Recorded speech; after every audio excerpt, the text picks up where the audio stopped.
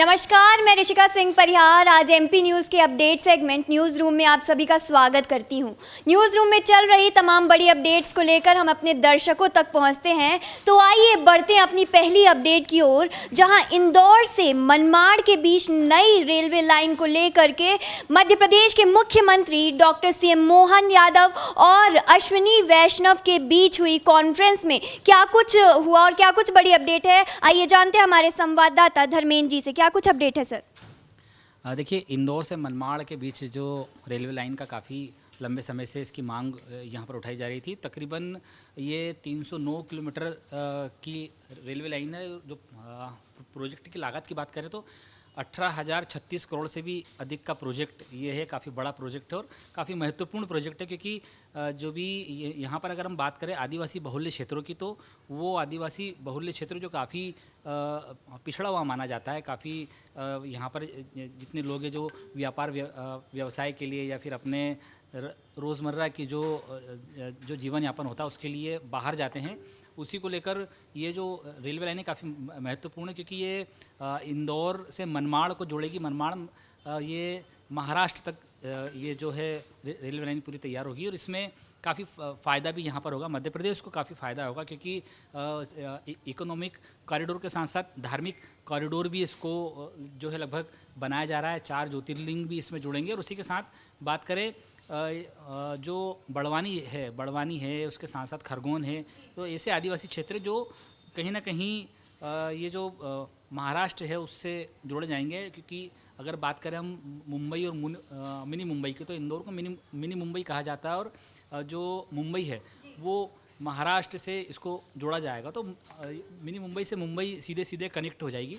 और ये जो पूरा जो रेलवे लाइन है वो काफ़ी महत्वपूर्ण है, क्योंकि 160 किलोमीटर प्रति घंटे की रफ्तार से इस पर जो है ट्रेन को चलाई जा सकेगी। काफ़ी जो रफ्तार वाला ट्रैक रहेगा, उसमें कई ऐसे अपडेट जो है जो भी अपग्रेड चीज़ें हैं उससे भी जोड़ा जाएगा। क्योंकि कवच जो सिस्टम है, जो सिग्नल सिस्टम यहाँ पर जो नया अपडेट बनाया गया है उससे लेस रहेगा पूरा ये। और उसके साथ साथ इसमें कई माल गोदाम या फिर कहीं ऐसी फैसिलिटी इसमें तैयार की जाएगी।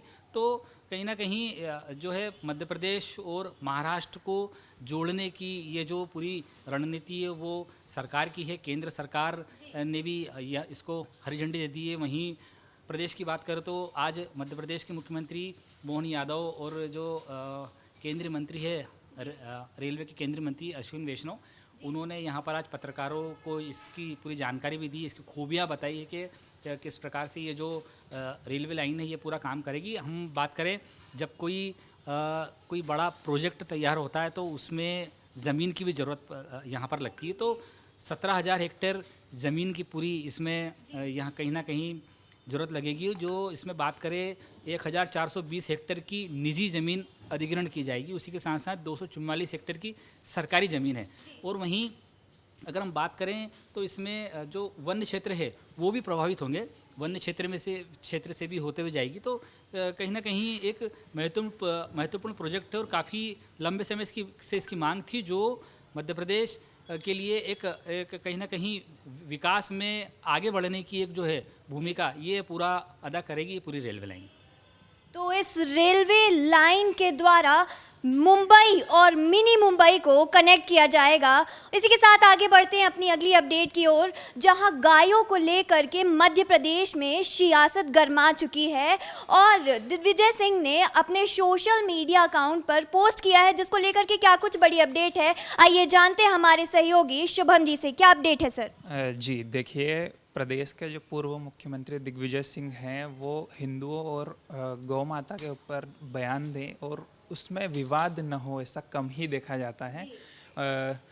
हाल में जो उन्होंने बयान दिया है उसमें उन्होंने गौ सेवा और गौ रक्षा को लेकर के उन्होंने जो बयान दिया है उसमें उन्होंने कहा है कि ये जो मुद्दा है ये मुसलमानों के प्रति नफ़रत को फैलाने वाला मुद्दा बन गया है। वही उन्होंने एक्स पर आगे लिखते हुए ये कहा है कि जो देश है वो सद्भावना और प्रेम, सद्भावना और अहिंसा के मार्ग पर चलकर ही जो है विकास कर सकेगा। नफ़रत के मार्ग पर चल कर के विकास करना संभव नहीं है, जिसे इस बयान पर सियासत गरमाना स्वाभाविक है और वो देखा भी जा रहा है। कई एक्स यूज़र्स इस पर अपनी कड़ी प्रतिक्रिया दे रहे हैं। वही दिग्विजय सिंह की अगर बात करें तो उनके निशाने पर इस बयान के दौरान गौरक्षक जो हैं वो उनके निशाने पर रहे हैं। जी, तो अब इस पोस्ट के बाद सियासत गरमाती हुई दिख रही है और बढ़ते हैं अपनी अगली अपडेट की ओर, जहां कांग्रेस पीसीसी चीफ जीतू पटवारी की नई टीम तैयार हो चुकी है, जिसको लेकर के क्या कुछ बड़ी अपडेट है, आइए जानते हैं हमारे संवाददाता संदीप जी से। क्या कुछ अपडेट है सर? जी देखिए, मध्य प्रदेश कांग्रेस का जो संगठन है वो लगातार अब फिलहाल में बिना कार्यकारिणी के ही काम करना पड़ रहा है पीसीसी जीतू पटवारी को। उन्हें प्रदेश अध्यक्ष की कमान संभाले हुए करीब 9 महीने हो चुके हैं, लेकिन अकेले ही वो मैदान में लड़ते हुए नज़र आ रहे हैं। ऐसे में अब दिल्ली आलाकमान ने मध्य प्रदेश में नई कार्यकारिणी घोषित करने के लिए जो है पूरा एक्शन प्लान तैयार कर लिया है और इसी के तहत जीतू पटवारी भी दिल्ली दौरे पर गए थे, जहां उन्होंने कांग्रेस के आलाकमान से मुलाकात की और जो सूची वो यहाँ से लेकर गए हैं वहाँ पर उनका मंथन किया गया है। और आलाकमान ने भी कांग्रेस की नई कार्यकारिणी को लेकर जो सूत्रों से खबर आ रही है कि जीतू पटवारी को सहमति प्रदान कर दी है। अब किसी भी समय जो है कांग्रेस की नई कार्यकारिणी घोषित हो सकती है, लेकिन बड़ा सवाल ये है कि किस तरह के सदस्य उनमें देखा जाएगा। जीतू पटवारी की जो नई टीम होगी उसमें किन नेताओं को तरजीह दी जाएगी। तो जिस तरीके से हम देखते हैं कि जीतू पटवारी को जब से ही पीसीसी चीफ बनाया गया है उसके बाद से ही लगातार उनका फोकस युवाओं पर रहा है, यानी कि युवाओं को ज़्यादा से ज़्यादा तवज्जो देने का रहा है। तो ये खबरें सामने निकल कर आ रही है कि मध्य प्रदेश के तमाम ज़िलों से युवाओं को दायित्व दिया जाएगा नई कार्यकारिणी में और तमाम वो युवा चेहरे कार्यकारिणी में शामिल होंगे जो वर्तमान सरकार के खिलाफ कांग्रेस के तमाम जितने भी आयोजन किए गए उन्होंने उसमें सक्रिय भूमिका निभाई। तो तमाम जो सियासी समीकरण हैं उसमें जातिगत समीकरणों का भी संतुलन देखने को मिलेगा, राजनीतिक समीकरणों का भी संतुलन देखने को मिलेगा और जो सबसे ज़्यादा सक्रिय नेता होगा उसको जीतू पटवारी की नई टीम में जगह दी जाएगी। और साथ ही साथ खबर ये भी है कि नई कार्यकारिणी के साथ साथ 8 से 10 ऐसे ज़िले हैं जहाँ पर प्रदेश यानी कि शहर अध्यक्ष और ग्रामीण अध्यक्ष को भी नियुक्ति की जाएगी।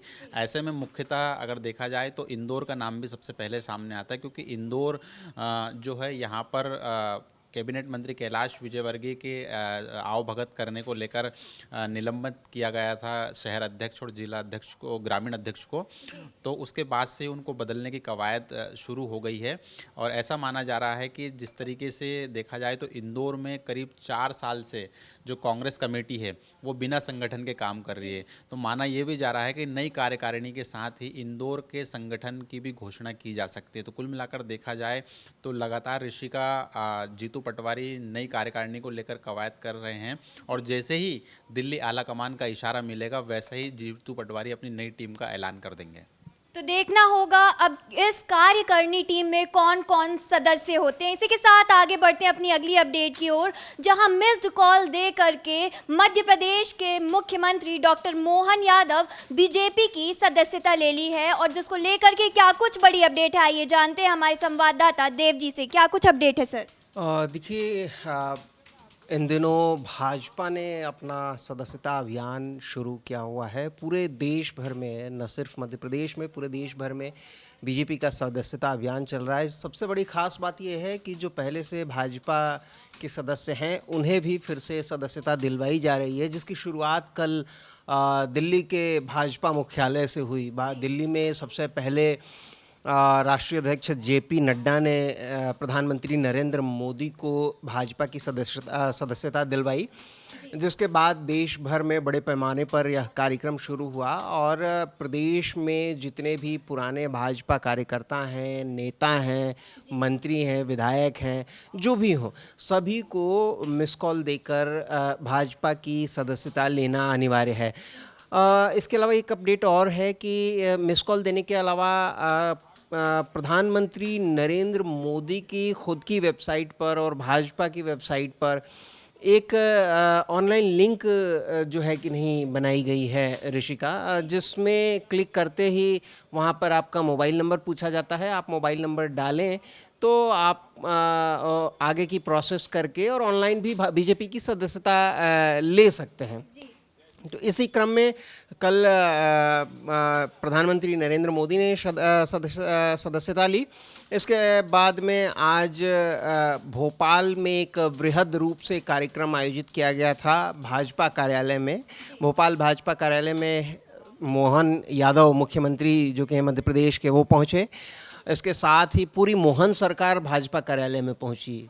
मोहन सरकार का मतलब ये है कि भाजपा के सारे विधायक, भाजपा के मंत्री और मुख्यमंत्री जो भी नेतागण थे सब भाजपा कार्यालय पहुँचे। इसके बाद में प्रदेश अध्यक्ष वीडी शर्मा ने मोहन यादव को भाजपा की सदस्यता दिलवाई। इसके बाद से एक एक करके सरकार के सभी मंत्रियों ने और नेताओं ने भाजपा की सदस्यता ग्रहण की। इसके अलावा भाजपा नेताओं को टारगेट भी दिया गया है कि अपने अपने क्षेत्र में कितने सदस्य बनाने हैं, जिसमें सांसदों से लेकर के और बूथ प्रभारी, बूथ अध्यक्ष तक की जो है भूमिका तय की गई है और बाकायदा इसका पूरा प्लान तैयार किया गया है। और भाजपा ने टारगेट बनाया है कि कितने सदस्य बनाने हैं हर क्षेत्र में, हर राज्य में और पूरे देश में। तो इसी कड़ी की कहीं ना कहीं कहें तो भोपाल से आज शुरुआत हुई, विधिवत शुरुआत हुई और सरकार जो है कि नहीं संगठन के कार्यालय पहुंची और भाजपा के सदस्यता अभियान की शुरुआत हुई है। तो आज भोपाल से भाजपा के सदस्यता अभियान की शुरुआत हो चुकी है। तो ये थी आज की तमाम बड़ी अपडेट्स। और भी बड़ी अपडेट्स के लिए जुड़े रहिए एमपी न्यूज़ के साथ। नमस्कार। एमपी की नब्ज, एमपी का हाल, मध्य प्रदेश की हर खबर एमपी न्यूज़ टीवी के साथ। लगातार खबरों के लिए सब्सक्राइब करें हमारा YouTube channel MP news TV. Latest updates के लिए बेल आइकन दबाना जरा भी न भूलें।